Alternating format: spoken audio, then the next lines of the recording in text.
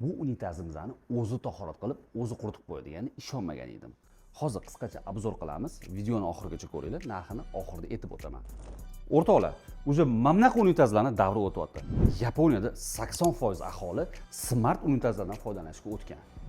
Bu eng birinchi afzalligi, bu unitaz emas, bu krishka. Bu krishkani любой o'zingiz xohlagan dizayndagi unitazga qo'yishingiz mumkin. Xo'p, buni bitta birinchi afzalligi, o'zini bidesi bor, tahorat qiladigan.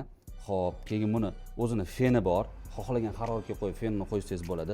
O'tirganingizda mana bu obolochkasi iluv haroratda bo'ladi, muzdek bo'lmaydi. Xo'p, yana bitta qulayliklaridan bittasi, buni suvini o'zingiz haroratini kontrol qilsangiz bo'ladi. Ya'ni issiqroq, sovuqroq yoki bo'lmasa iliqroq haroratga qo'yib bemalol ishlatsangiz bo'ladi. Lekin gap yo'q narsa ekan. Bu krishkamiz yana muhim jihatlaridan biri, o'zini antibakterialniy funksiyasi bor. Marhamat, ko'rishingiz mumkin. Marhamat. Bu o'zimizni sanitariya gigiyenalarimizga juda muhim kerak bo'ladigan jihati. Bu funksiyalar orqali o'zingizni gigiyena va salomatligingizni keyingi bosqichga olib o'tasiz. Buni narxi $147. Nima deb o'ylaysiz? Uyga bitta qo'yib yuborish kerakmi? O'zingiz fikrlaringizni kommentariyada yozib qoldiring.